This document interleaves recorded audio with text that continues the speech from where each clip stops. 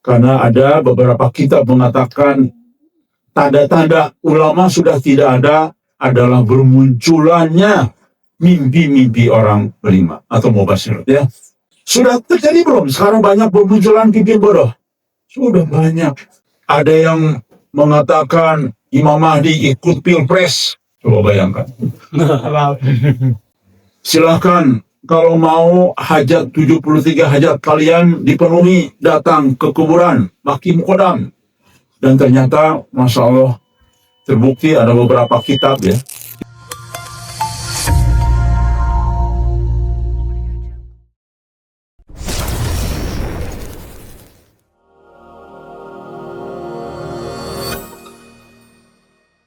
Bertema mengapa banyak ulama terlambat mengenali atau menangkap gerakan kebangkitan.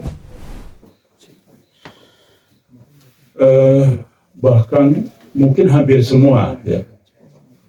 Saya ingin mengetik langsung di sini bahwa yang saya maksud ini tanda ulama, tanda kutip, ya. Karena insya Allah sesuai dengan pemahaman Majelis Gajah, berdasarkan dalil-dalil yang kuat, dengan alasan yang kuat, saat ini memang sudah tidak ada lagi ulama. Sudah tidak ada lagi ulama. Yang ada adalah kiai, syekh, ustadz, buya, dan sebagainya. Tapi ulama yang sesungguhnya sesuai dengan apa yang dalam definisi baginda Nabi Muhammad SAW, yaitu pewaris Nabi, insya Allah sulit sekali dicari. Hampir-hampir saya tidak menemukan. Karena ulama itu pewaris Nabi, maka sesungguhnya segala sesuatu yang menyangkut dirinya seharusnya mewarisi dari Nabi. Baik perilaku, ucapan, usaha, keseharian, keadaannya, kehidupannya, semua. Ya, seharusnya begitu. Kalau mewarisi kan semua, ya. Baik. Jawabannya adalah sama seperti yang pernah kita bahas. Namun hari ini saya akan memperdalam. Kita kupas sampai dengan sangat amat mendalam, ya. Jadi unik memang. Logikanya seharusnya ulama lah yang menangkap, mengenali. Ini ciri-ciri sudah mau ada peringatan berat dari Allah. Sudah akan turun azab. Kan harusnya mereka-mereka yang mengenal, ya. Tokoh agama itu. Karena mereka yang pemegang kitab, kan. Otomatis kalau mereka tidak mengenali bahwa hari ini ke depan sebentar lagi akan turun azab dari Allah, maka sama dengan mereka juga tidak mengenali tentang kebangkitan. Karena di sunatullahnya kemarin sudah kita kaji bahwa sebelum kebangkitan selalu didahului dengan kehancuran. Baik dalam bentuk fitnah, dalam bentuk apapun namanya, bencana alam dan sebagainya. Terbukti jarang sekali ulama yang membicarakan ini, apalagi membicarakan Dajjal, ya, sesuai dengan yang Nabi sampaikan, bahwa justru kita paham Dajjal tidak lama lagi turun, tapi justru itulah tanda. Apa tandanya? Di mimbar jarang disampaikan tentang Dajjal, ya.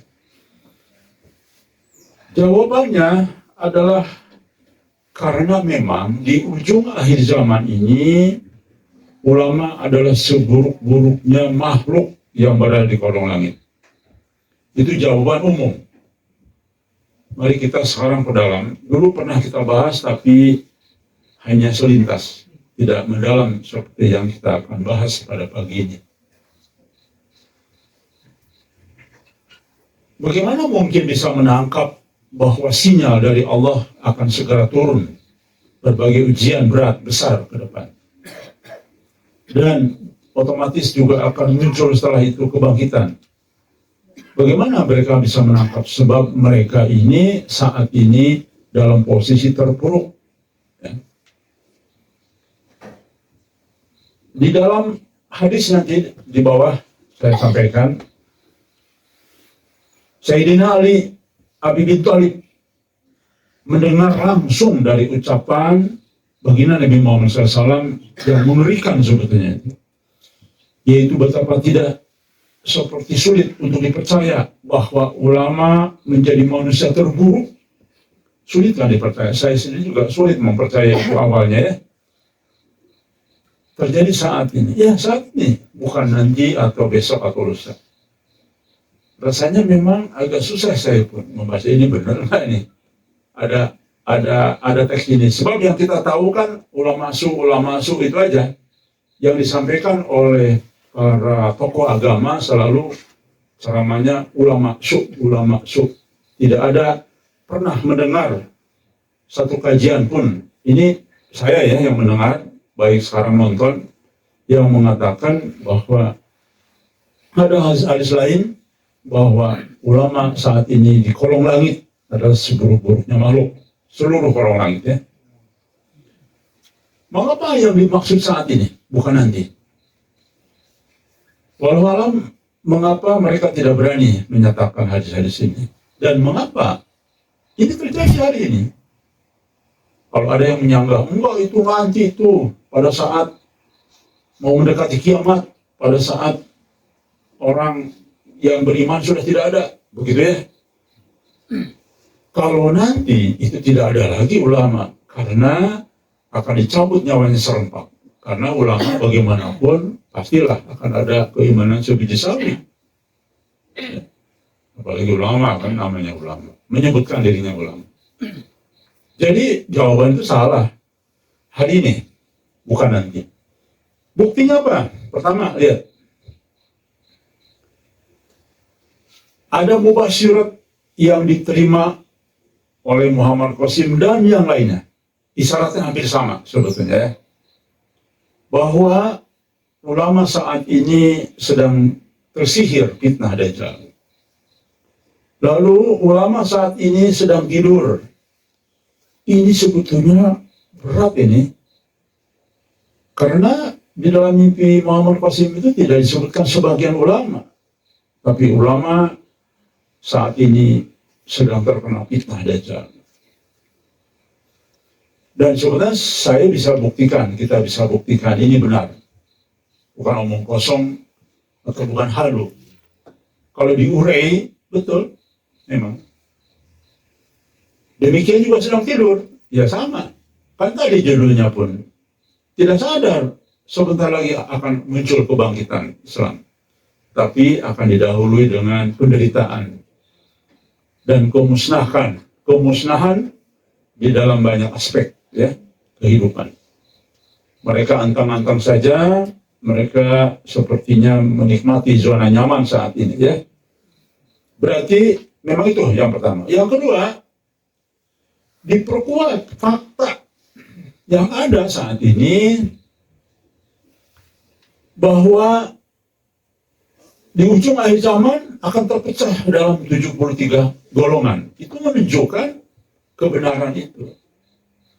Bayangkan yang selamat hanya satu kelompok atau golongan daripada 73 itu. Berarti betul keadaannya genting. Kalau Nabi mengatakan ada 73 golongan umat Islam terpecah, hanya satu yang selamat, berarti ini super genting sebetulnya. Masih mending 73 kelompok, setengahnya masuk neraka, setengahnya selamat masuk surga. Ya lumayanlah, 50-50. Ini cuma satu dari 73 golongan. Berarti ini super genting. Nah keadaannya begini. Di ujung akhir zaman, berarti menunjukkan kebenaran hadis tadi yang diriwayat oleh Ali bin Abi Thalib tadi ya. Saya sebelum sebutkan ya hadis. Saya ingin memperkuat saja dulu pernyataan itu benar. Jadi mimpi Muhammad Qasim juga benar berarti. Karena fakta ini membuktikan. Yang berikutnya, fakta lain hampir tidak ada yang masuk ke definisi pewaris Nabi. Silahkan teman-teman ya. Mari kita jujur, hari ini hampir-hampir tidak ada lah. Baik yang menamakan memiliki tauhid murni, ya, baik yang menamakan pokoknya saya ini garis keras terhadap penyelewengan. Kenapa? Karena yang agak keras mereka dianggap keras ya. Mereka hampir tidak percaya dengan mubasyirat. Ya sama, berarti kan tidak sempurna dalam memahami agama. Karena bagaimanapun itu adalah bagian dari kabar kenabian. Ya. Yang memiliki umat masa pengikut yang besar, nah ini dia. Ada pengikut yang besar, tetapi masalahnya perilakunya mereka ini suka minta hajat ke kuburan ini. Minta berkah hajat ke kuburan. Katanya, walaupun sudah mati dia tetap ulama gitu ya. Yang bisa menjadi wasilah untuk doa terkabul. Coba bayangkan ya, manusia sudah meyakini bahwa kuburan itu sudah pasti wali dan sudah pasti masuk surga. Dari mana kita tahu? Siapa tahu yang disebut wali itu justru sedang minta tolong karena ajarannya keliru ya. Kecuali Nabi pun kalau dikasih buka pengetahuan oleh Allah bahwa ada orang kuburan ini adalah ahli surga atau ahli neraka. Tapi selain dari itu sulit sekali ya. Banyak yang mempertuhankan pemimpinnya hari ini dan lain-lain kesalahan-kesalahan. Jadi itu bukti berikutnya. Artinya yang punya masa besar hari ini, ya, saya tidak sebutkan lah. Pokoknya punya masa besar, cenderung seperti ini, cenderung syirik, cenderung kuburiun, cenderung macam-macam, ya, mempertuhankan tokoh-tokohnya.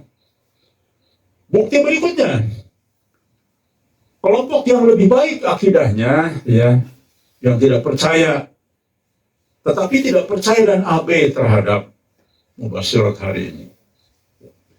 Bahkan tidak sedikit jatuh kepada pemikiran khawarij atau takfiri. Jadi Nabi itu benar. Mimpi pun benar berarti, mimpi pasti. Karena ada yang masanya banyak, tauhidnya lemah. Nah, itu dia. Mayoritas begitu. Ya. Bahkan mereka rela mengeluarkan uang besar ya, untuk study tour dengan judul ziarah kepada para wali ya. Nah, kelompok yang baik agak sombong sedikit karena saya sudah pernah ketemu mereka sangat amat mengabaikan mimpi. Yang berikutnya, banyak sekali syirik perilaku di mana-mana. Ya. Ini tidak lagi benar berarti pendapat ulama seburuk-buruknya makhluk. Ditambah dengan keterangan dari Mubasyir bahwa ulama tersihir fitnah dajjal dan sedang tidur. Bukti lain adalah syirik di mana-mana. Jadi kemana fungsi ulama?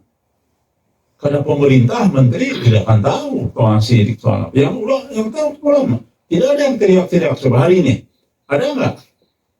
Yang bikin kelompok khusus meneriakan bahwa foto dipajang di kementerian, di departemen, di kantor pemerintah itu syirik dipajang itu. Tidak ada kan?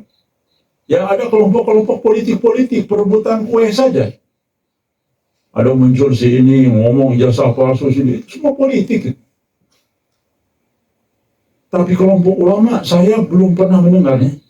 Harusnya memang dibentuk nih orang-orang 10-20 orang aja punya nama terus demo ya. Syirik gitu. Ini poster di mana-mana, baliho di mana-mana syirik. Tidak ada kan? Kayaknya enggak ada, hampir enggak ada. Nah ini bukti lagi. Ya, betul. Islam semakin tertinggal dan mundur. Dan sekarang ini ramenya hanya seremonial. Bayangkan ya teman-teman sekalian nih, mau tahu?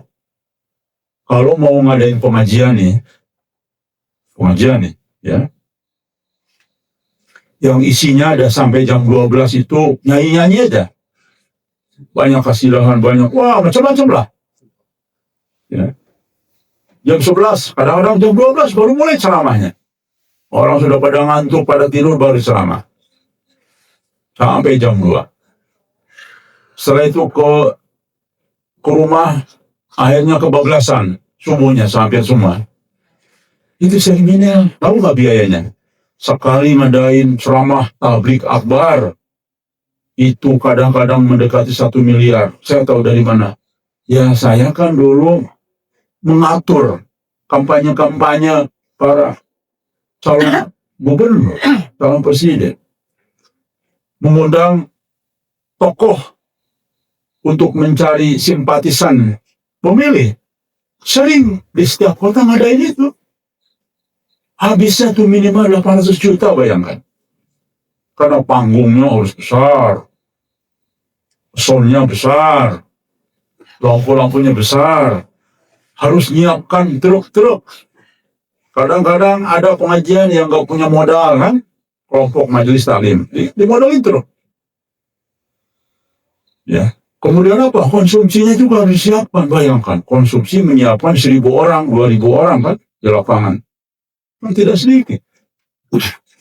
Menyiapkan airnya sesudah begitu. Jadi rata-rata teman sekalian, bahkan pernah anggaran sampai 1,5 miliar karena menghadirkan artis 2, kemudian penceramah 3, ya.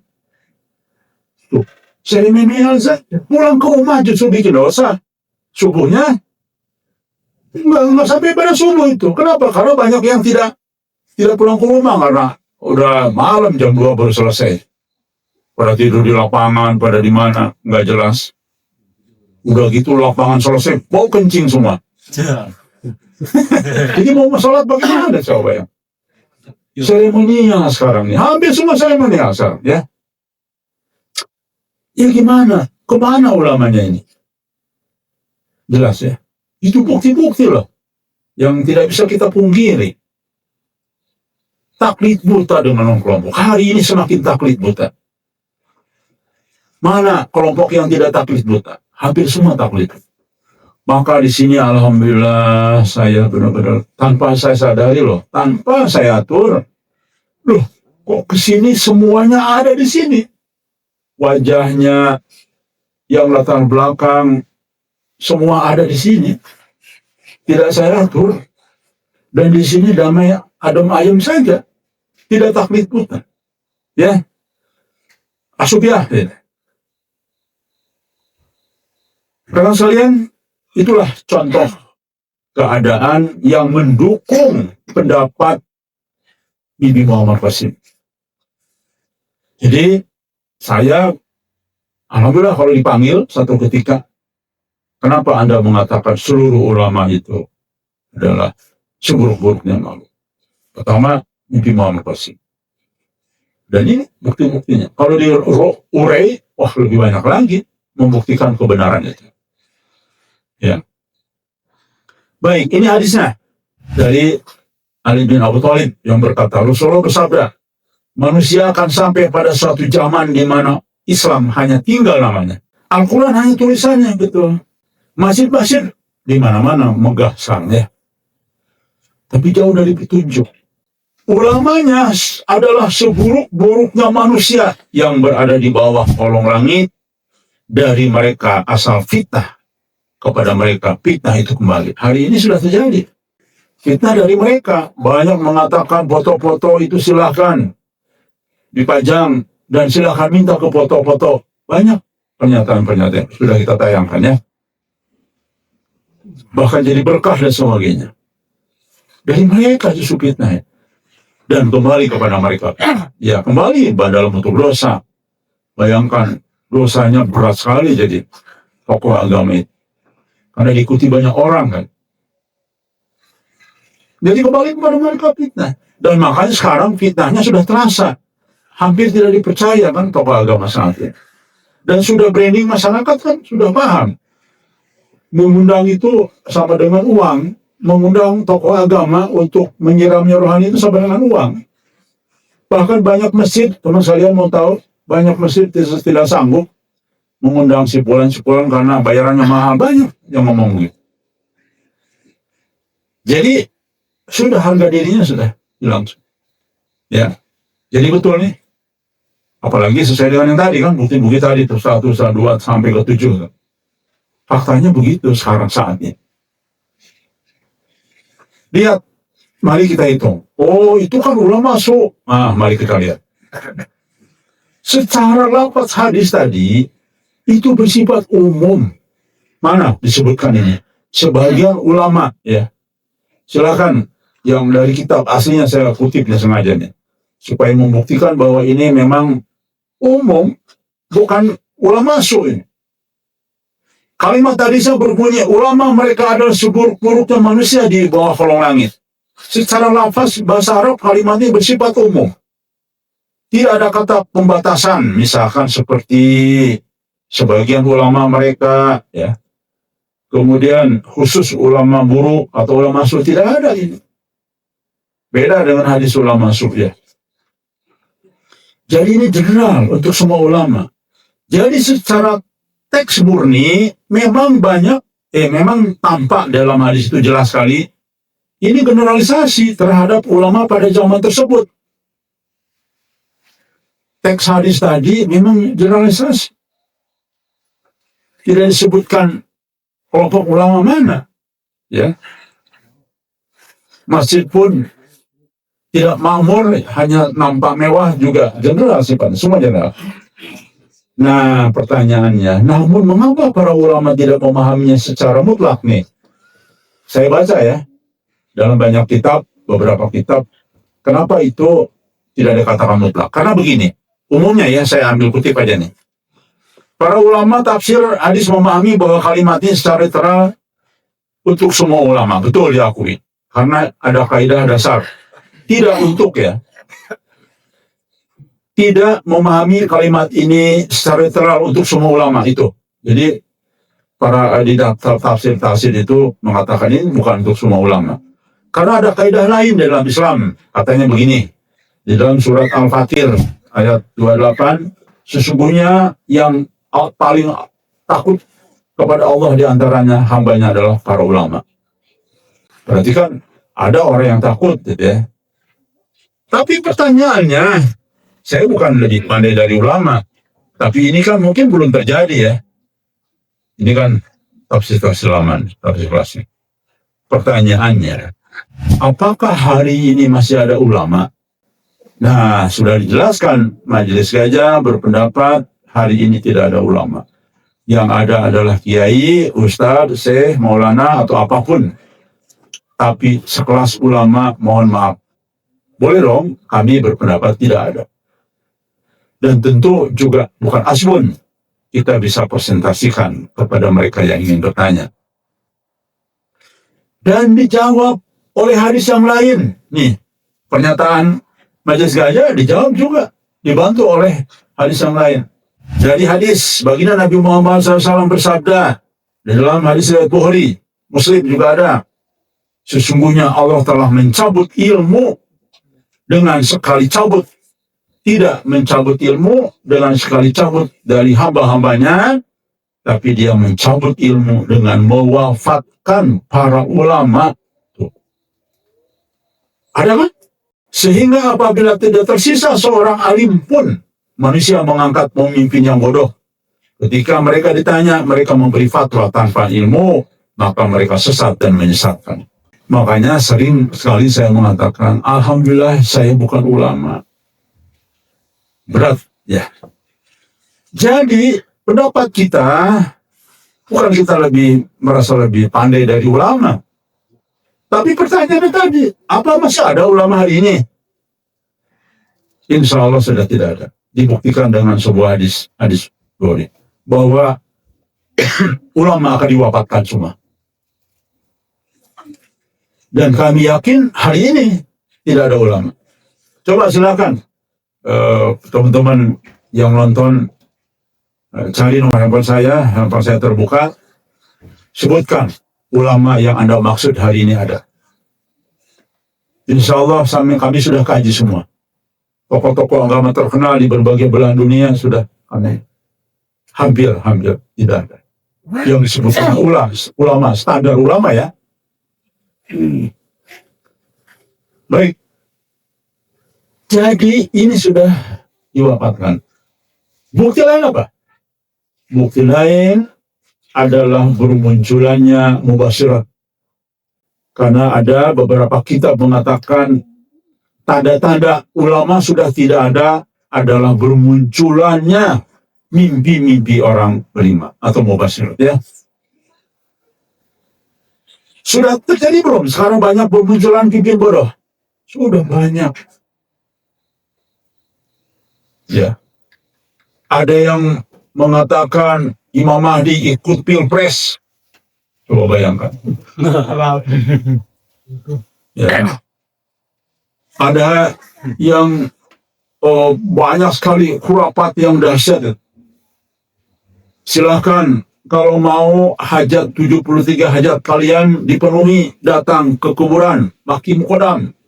Dan ternyata Masya Allah terbukti ada beberapa kitab, ya, kitabnya mereka, bahwa Baqi Muqaddam itu mengaku sebagai Allah, bayangkan. Dan kita sudah beli bukunya, sudah pesan, ya, untuk kita buktikan. Jadi ini bodoh ini, ya, pimpinan yang bodoh. Artinya tanda ulama sudah tidak ada, adalah banyak pemimpin yang bodoh, ya. Nah, karena sekarang kan sudah banyak pemimpin bodoh. Kembali ke mana konteks hadis tadi, ya. Jika seluruh kalimat hadis dibaca bersama, Islam tinggal nama, Quran tinggal tulisan, Masjid megah tapi kosong petunjuk, ulama menjadi sumber fitnah karena seburuk-buruknya makhluk. Kalau disatukan, ya, mana yang dimaksud adalah fase kerusakan agama secara sistemik. Tuh, betul, bayangkan. Nah, Islamnya tinggal nama. Dan ini benar. Dari mana kita tahu pembenarannya? Dari mimpi Muhammad Qasim bahwa Islamku sudah tidak ada. Nabi menyatakan itu kepada Al-Mahdi. Tidak ada Islamku hari ini. Rusak semua. Itu tanda kebenaran. Dikonfirmasi oleh Mubasyir. Dan oleh mimpi yang lain. Bukan Muhammad Qasim saja. Misalkan contoh mimpi Masigit di sini nih. Bagus itu. Manusia mirip zombie semua. Ya. Tidak jelas arahnya kemana. Ya. Kiblatnya beda-beda. Ya. Tidak jelas. Bukan kiblat sholat formalistik, tapi pemikiran terpecah belah. Tidak berkiblat kepada satu Islam. Jadi cocok kan? Pas ini. Inilah 4. Islam tinggal nama. Loh, Islam tinggal nama. Bayangkan, itu aja udah pukulan telak. Ini hadis nih. Quran tinggal tulisannya saja. Di sini Quran banyak sekali. Makanya teman sekalian di rumah, yang saya hormati, kita di sini rubah pola pendidikannya. Bahkan ada yang sudah hafal 22 juz, mengulang dari awal. Kenapa? Karena ketika ditanya artinya, nggak ngerti apa-apa. Hampir tidak mengerti apa-apa. Loh, untuk apa baca Quran? Gitu, ya. Karena yang Allah maksud bacalah itu, ya baca, bukan baca teksnya saja, tapi pahami, terapkan keseharian. Makanya ini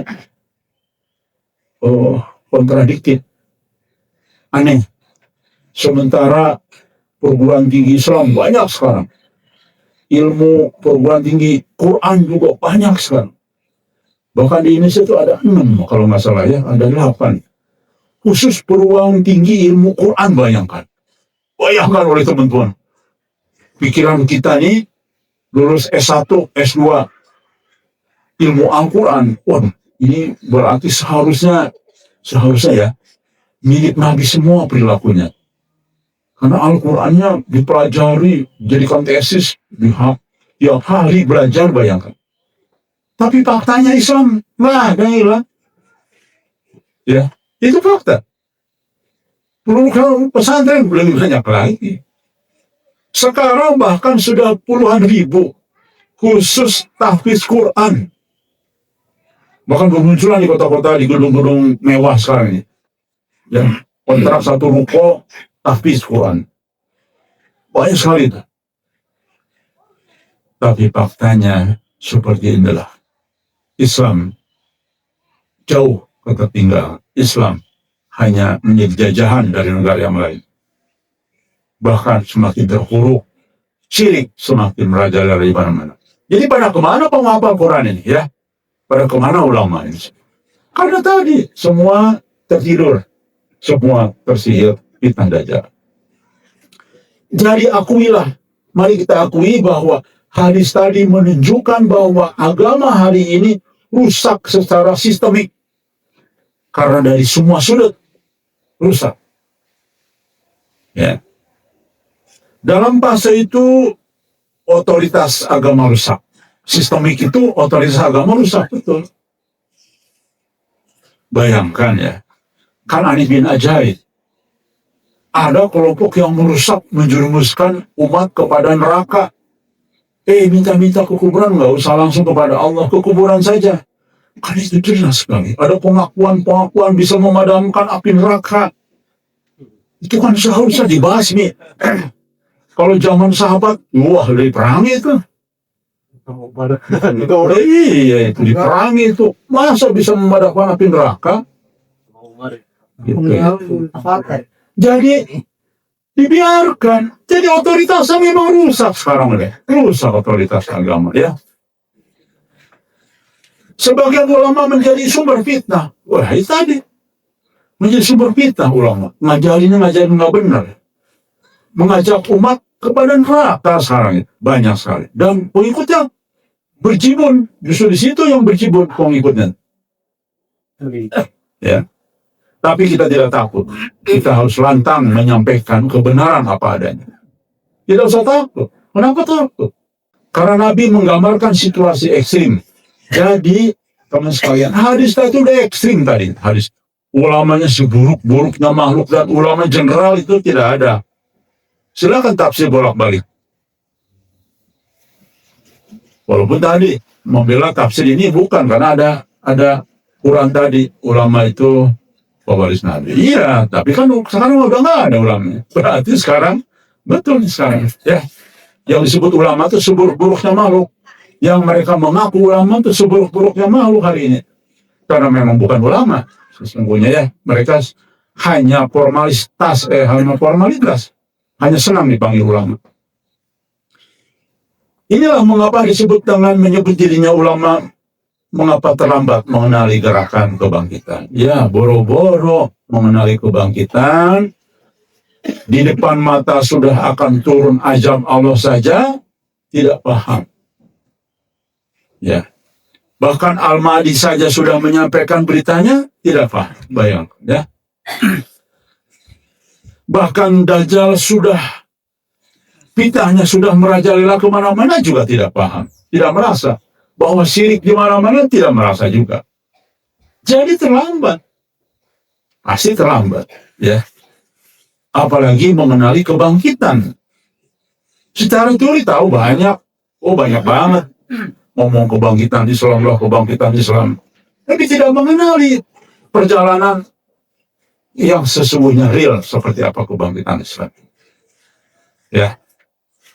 Namun mengenali pergerakan realnya tertutup dari hidayah. Itulah faktanya hari ini kita bisa lihat di dalam kehidupan sehari-hari. Jadi resumenya adalah, rekan sekalian, mari kita jujur semua. Apa yang disampaikan oleh Al-Mahdi benar, didukung oleh fakta-fakta tadi, didukung oleh hadis-hadis yang ada, yang namanya disebut ulama hari ini, yang namanya menyebut dia sebagai ulama, ternyata menjadi kelompok dan orang-orang yang seburuk-buruknya makhluk di kolong langit. Dan itu sudah diurai tadi, fakta-faktanya benar terjadi. Dari seluruh hadis yang ada, dari seluruh mubasyirat yang ada, benar membuktikan bahwa hadis baginda Nabi Muhammad SAW sudah berlaku hari ini. Ditutup oleh hadis lain bahwa ulama yang sesungguhnya memang sudah tidak ada. Yang ada sekarang adalah ulama yang buruk di mata Allah dan menjadi sumber fitnah.